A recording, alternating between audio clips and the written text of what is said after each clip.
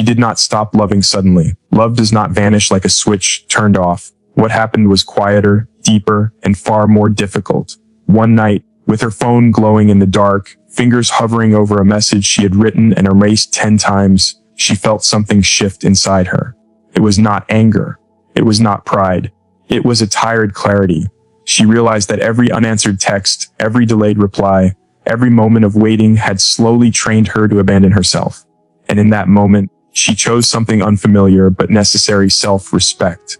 This is not a story about playing games or withholding affection to gain power. It is a story about waking up from unconscious patterns, about understanding why we chase those who cannot meet us, and about the courage it takes to stop texting not because we don't care, but because we finally do. She learned that love without reciprocity becomes self-betrayal, not in a dramatic moment, but slowly, through repetition.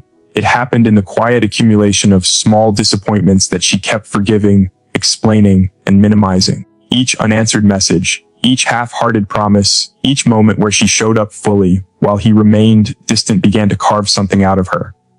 At first, she told herself this was what love required: patience, endurance, understanding.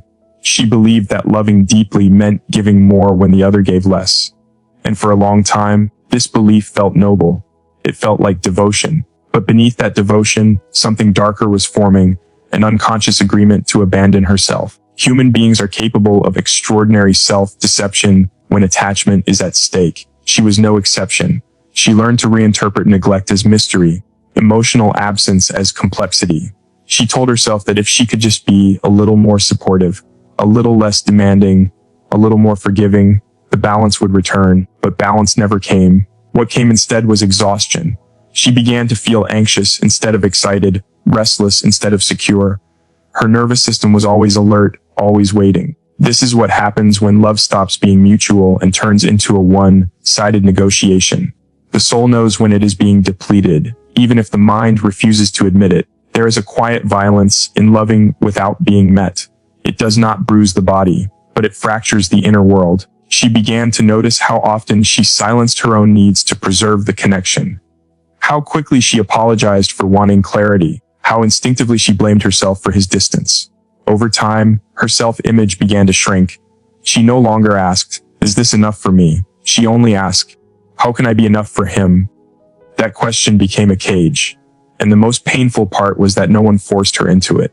She walked in willingly, believing that sacrifice was proof of love. Psychologically, when reciprocity disappears, the relationship stops being a meeting of two people and becomes a stage where one performs for validation. She performed well. She was understanding, loyal, emotionally available. Yet the applause never came. Instead, there was silence, inconsistency, emotional crumbs. Studies on emotional labor in relationships show that chronic imbalance leads to lowered self-worth and heightened anxiety, especially in those who equate love with effort. She lived inside this reality without knowing its name. She only knew that she felt smaller than she once was. The turning point was not anger.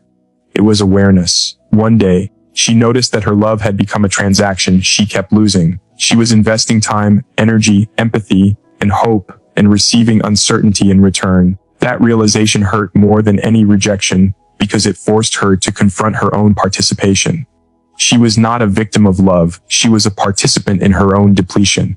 And this insight, painful as it was, carried power. It returned agency to her hands. She began to understand that reciprocity is not perfection. It is not constant intensity or flawless communication. It is effort that flows both ways. It is curiosity that mirrors curiosity, care that responds to care. When love is mutual, you do not have to shrink to keep it alive. You do not have to beg for presence. You are not left guessing where you stand. The absence of these qualities was not a temporary phase. It was a pattern, and patterns reveal truth. As she sat with this truth, guilt surfaced. She felt selfish for wanting more. She questioned whether her expectations were too high. But slowly, she recognized this guilt as a familiar voice, the voice that had always told her to earn love rather than receive it. She realized that love that requires self-betrayal is not love. It is survival disguised as romance. The body knows this before the mind does. Her chest felt heavy when she thought of staying the same. Her breath felt freer when she imagined stepping back. Choosing herself did not mean she stopped caring. It meant she stopped disappearing. She allowed herself to feel the grief of letting go of an illusion, the illusion that loving harder could fix what was never mutual. This grief was real, but it was clean. It did not rot inside her like resentment. Instead, it cleared space. Space where self-respect could finally take root. She learned that reciprocity is not something you demand, it is something you observe. You watch how someone responds when you stop overgiving. You notice whether effort returns or vanishes. And in that observation, you reclaim your dignity. Not texting him was not an act of punishment. It was an act of truth. It was the moment she stopped negotiating with her own worth. Through this, she did not become colder. She became clearer. Her love remained deep, but it was no longer reckless. It had boundaries now, and those boundaries protected her from the slow erosion she once mistook for devotion. She learned that the deepest betrayal is not being left by someone else, but staying where you are unseen. And once she understood this, she could no longer unknow it. Self-respect did not arrive as confidence or pride. It arrived as a quiet refusal to continue a love that required her to betray herself to keep it alive. She recognized that silence can reveal more than words, not because silence was comfortable, but because it was honest. Words had always been her refuge. She believed that if she could explain herself clearly enough, if she chose the right tone, the right timing, the right combination of vulnerability and strength, understanding would finally arrive. She trusted language to bridge every distance. Yet again and again, she found herself speaking into emptiness, sending thoughts that landed nowhere, waiting for replies that never fully came. Over time, she realized that words had become a way to avoid the truth rather than face it. Silence first appeared as fear. When she stopped reaching out, her mind raced to fill the quiet with imagined explanations. She worried she would be misunderstood, forgotten, replaced. Silence stripped away the illusion of control. Without constant communication, she could no longer manage the image of connection. This is why silence feels threatening. It removes the stories we tell ourselves to feel safe. In the absence of messages, she was left alone with reality, and reality began to speak. What silence revealed was not cruelty, but clarity. When she stopped initiating, she noticed how little effort returned. The phone did not light up with concern or curiosity. Days passed. The quiet stretched. And in that space, she saw the truth she had been avoiding. The relationship existed largely because she kept it alive. Her words had been carrying the weight of two people. Silence exposed the imbalance without accusation. It did not argue. It did not persuade. It simply showed her what was. Psychologically, silence activates deep attachment fears. The human nervous system is wired to seek reassurance, and when it is removed, old wounds surface. She felt that familiar ache, the urge to reach out just to soothe her anxiety. But this time, she stayed with the discomfort. She noticed how much of her communication had been driven not by expression, but by regulation, trying to calm herself through contact. Research on attachment patterns shows that many people mistake proximity for connection. Silence taught her the difference. True connection remains even when there are no words. Fragile attachment collapses without constant maintenance. As the quiet continued, something unexpected happened. Her emotional fog began to lift. Without the noise of over-explaining and waiting, she could finally hear herself. She noticed how tense her body had been, how often she had checked her phone, how much mental energy had been consumed by anticipation. Silence returned that energy to her. It was uncomfortable, but it was also grounding. For the first time in a long while, she was no longer reacting. She was observing. Silence also revealed how often words had been used to compensate for actions that never followed. Promises had sounded sincere. Apologies had seemed meaningful. Explanations had appeared thoughtful. But without corresponding behavior, words dissolved quickly. In silence, patterns became impossible to ignore. If someone wants to show up, they do. If they care, it appears in consistency, not eloquence. She realized that she had been listening more to what was said than to what was done, and silence reversed that hierarchy. There was grief in this realization. She mourned the version of the relationship she had believed in, the potential she had protected with her words.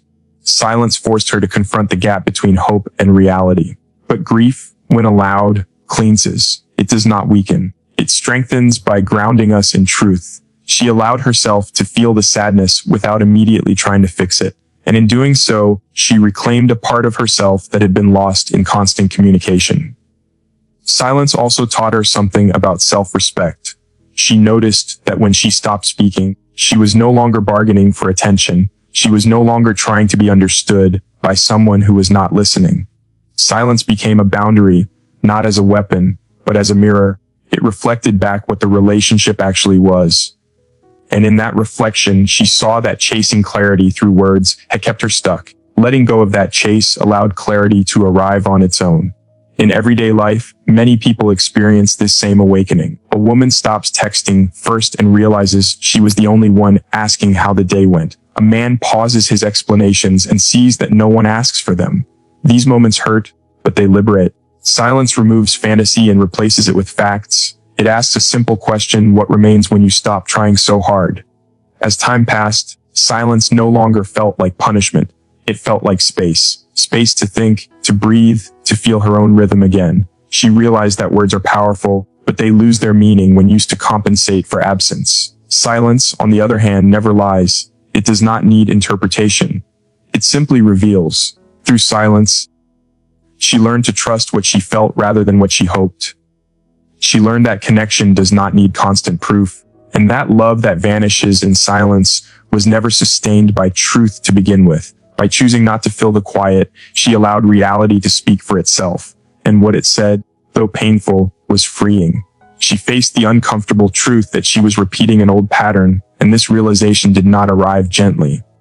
It surfaced the way all deep truths do, through resistance, through denial, through the quiet dread that comes when something familiar no longer feels accidental. At first, she wanted to believe this situation was different, that this person was the exception. She told herself the circumstances were unique, that timing was wrong, that life was complicated. But beneath every explanation, there was a sensation she could not ignore. She had been here before. The same emotional rhythm, the same imbalance, the same achy disguised as hope. Patterns rarely announce themselves. They hide inside attraction, inside chemistry, inside that strange pull toward people who feel instantly familiar. What she was drawn to felt like depth, intensity, destiny. Only later did she understand that familiarity is not always safety. Often, it is repetition. The psyche gravitates toward what it knows, even when what it knows once caused pain. She began to notice the similarities she had once dismissed. Different face, different story, same emotional distance. Different words, same silence. The realization was sobering. It meant this was not just about him. It was about her inner world asking to be seen. For a long time, she believed love was something to be earned. This belief did not begin in adulthood. It was planted much earlier, in moments when affection felt conditional, when approval followed performance, when emotional closeness required effort. Without realizing it, she carried this template forward. She learned to equate longing with connection, anxiety with passion, uncertainty with depth. When someone was unavailable, something inside her woke up, ready to prove its worth. Availability, on the other hand, felt unfamiliar, almost suspicious. This is how patterns survive. They disguise themselves as preference. Coming to this understanding was painful because it removed the comfort of blame. It would have been easier to say she was simply unlucky in love, that she kept meeting the wrong people. But patterns do not persist by chance. They persist because they serve something unconscious. She had to admit that part of her was choosing situations where she could replay an old role, the one who waits, the one who hopes, the one who gives more than she receives. This role gave her identity. Letting go of it felt like losing a part of herself. As she sat with this truth, shame surfaced. She questioned her intelligence, her strength, her self-awareness. How could she not have seen this sooner? But shame only deepens the pattern. Compassion, on the other hand, loosens it. She began to see that patterns are not moral failures. They are unfinished stories. They repeat because they are asking for resolution. The psyche does not repeat to punish. It repeats to heal until awareness interrupts the cycle. She started paying attention to her internal reactions rather than external behavior. She noticed how quickly she attached when someone was inconsistent, how intensely she analyzed small gestures, how deeply she feared abandonment, even when she barely knew the person. These reactions were not about the present moment, they were echoes. Recognizing this gave her power. It allowed her to respond instead of react. Awareness became a pause between impulse and action. In real life, many people experience this awakening in quiet moments. A woman hears herself making the same excuses she once made before. A man realizes every relationship ends with him feeling unseen. Data from relationship psychology shows that unresolved attachment wounds often recreate similar relational dynamics across partners. This is not fate, it is pattern recognition waiting to happen. Once the pattern is seen, it loses its invisibility. Facing this truth did not mean she stopped feeling drawn to familiar dynamics overnight. Attraction does not change instantly just because awareness arrives, but something subtle shifted. She no longer romanticized the discomfort. She no longer mistook emotional unpredictability for depth. When she felt that old pull, she asked herself a new question. Is this connection nourishing, or is it familiar? That question alone began to change her choices. She also learned that breaking a pattern often feels like boredom at first. Calm can feel empty to someone accustomed to emotional turbulence. Consistency can feel flat when one is used to highs and lows. She had to retrain her nervous system to recognize safety as intimacy. This required patience. It required staying present in relationships that did not activate old wounds and resisting the urge to chase those that did. The most liberating realization was that she was not broken for repeating the pattern. She was human, and being human means carrying unfinished emotional business until it is consciously addressed. By seeing the pattern clearly, she stepped out of the role she had been unconsciously playing. She did not need to replay the past to prove anything anymore. Facing this truth did not make her fearless, but it made her honest, and honesty is where change begins. When she stopped asking why the same thing kept happening to her and started asking what it was trying to teach her, the pattern began to loosen its grip. Awareness did not erase the past, but it freed her from living it again. She understood that boundaries are not punishments, but acts of self-care, though this understanding did not come easily.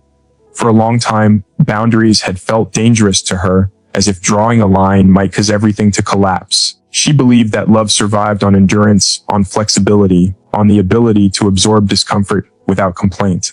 Saying no felt like rejection.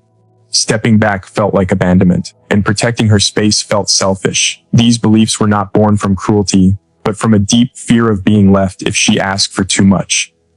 In her earlier relationships, boundaries were blurred or non-existent. She made herself endlessly available, emotionally and mentally, answering messages at all hours, rearranging her life to remain accessible. She thought this was generosity. She thought this was love. But slowly, she noticed the cost. Her energy thinned. Her joy dimmed. The more she gave, the less grounded she felt within herself. Yet she continued, convinced that if she just held on tightly enough, connection would be secured. What she did not realize then was that without boundaries, love has no structure. It spills everywhere and drains the one who carries it. When she finally paused, she noticed how often her yes was spoken against her own needs. How often she ignored fatigue, intuition, and discomfort to avoid conflict. Boundaries had never been explained to her as protection, they had only been framed as walls that push people away. And so she lived without them, hoping closeness would compensate for self-neglect. The awakening came not through confrontation, but through exhaustion. One day, she felt emotionally empty and could not explain why. She had done everything right. She had been patient, understanding, accommodating, yet she felt resentful, overwhelmed, and invisible. That contradiction forced her to look deeper. She realized that resentment often grows where boundaries should have been. It is the emotion that signals self-betrayal. The anger she felt was not toward others, it was toward herself for not protecting her own limits. She began to experiment with small acts of self-respect. She delayed a reply instead of responding immediately. She declined a request without an elaborate explanation. She took time alone without apologizing for it. At first, guilt followed every decision. Her body tensed. Her mind raced with imagined consequences. But something else happened too. She felt relief. Each boundary returned a piece of her energy. Each pause allowed her to breathe again. Psychologically, boundaries regulate the nervous system. When personal limits are respected, the body relaxes, and trust can form naturally. Research on emotional well-being shows that individuals with clear boundaries experience lower stress and higher self-esteem. She did not need statistics to feel this truth. She felt it in her shoulders when they softened. She felt it in her thoughts when they slowed down. For the first time in a long while, she was not on constant alert. She also noticed a revealing shift in her relationships. Some people adjusted and met her with respect. Others pulled away or reacted defensively. This hurt, but it clarified. Boundaries do not push away healthy connection, they expose fragile ones. When someone benefits from your lack of limits, your boundaries will feel like rejection to them. This realization was sobering but freeing. It taught her that being loved for her availability was not the same as being loved for who she was. Boundaries also reshaped how she saw herself. She no longer measured her worth by how much she could endure. She began to understand that love does not require self-sacrifice to the point of erasure. She could care deeply without overextending.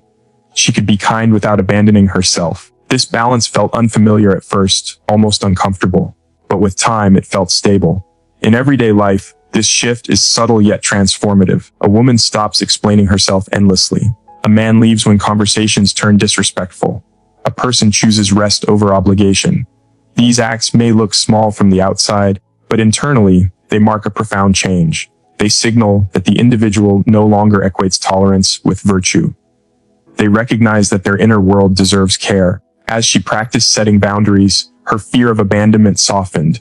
She realized that losing people who could not respect her limits was not a loss of love, but a loss of illusion. The connections that remained felt calmer, clearer, and more honest. There was less drama, less guessing, less emotional chaos. Boundaries created space for genuine intimacy to grow, because intimacy requires safety, and safety requires limits. She learned that boundaries are not about controlling others. They are about taking responsibility for her own well-being. They are quiet statements of self-worth, spoken not to threaten, but to protect. Through them, she reclaimed her time, her energy, and her sense of self. And in doing so, she discovered that self-care is not indulgence. It is the foundation upon which healthy love is built. She discovered that self-respect transforms love, even if it ends it, and this discovery arrived not as triumph, but as truth. For a long time, she believed that love was something to be preserved at all costs. If it hurt, she endured. If it confused her, she analyzed it.